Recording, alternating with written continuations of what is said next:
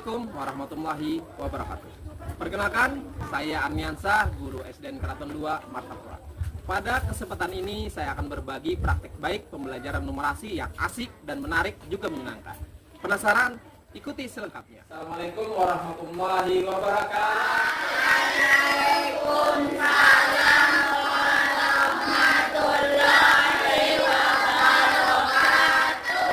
Bapak, hari ini bagaimana kabarnya?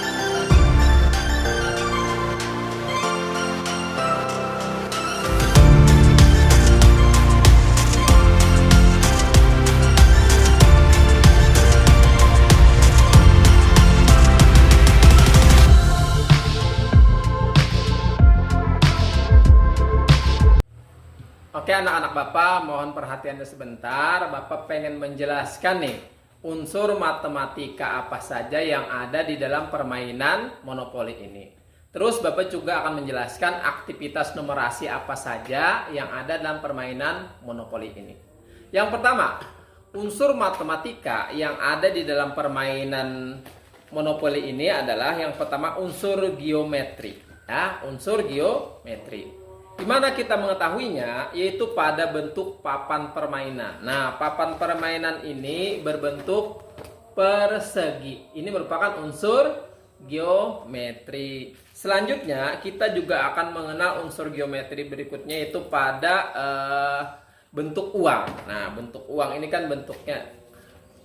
Nah, ini berbentuk persegi panjang. Persegi panjang ini juga termasuk unsur geometri. Selanjutnya kita juga akan mengetahui bentuk geometri dari bentuk dadu. Nah, ini bentuk dadu ini berbentuk kubus. Nah, seperti itu. Itulah unsur matematika yang pertama di dalam permainan monopoli. Selanjutnya aritmatika dasar. Nah, yaitu ada penjumlahannya, ada pengurangan, ada perkalian, ada juga pembagian di sini. Contoh penjumlahan. Ketika kita melempar dadu, yaitu ketika pemain melemparkan dadu, nah, pemain akan menjumlahkan jumlah dadu yang muncul. Itu adalah penjumlahan. Terus pemain juga belajar menjumlahkan berapa total biaya properti yang dia punya, berapa bangunan, berapa pendapatan, itu juga termasuk hitung-hitungan penjumlahan.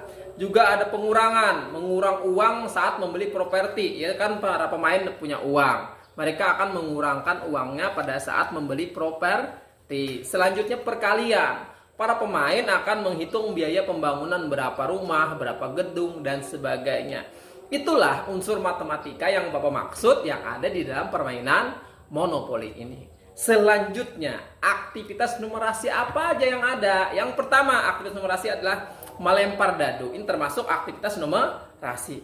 Setelah kita lempar, kita akan menjumlahkan mata dadu yang keluar. Berapa jumlahnya? Itulah aktivitas numerasi yang ada.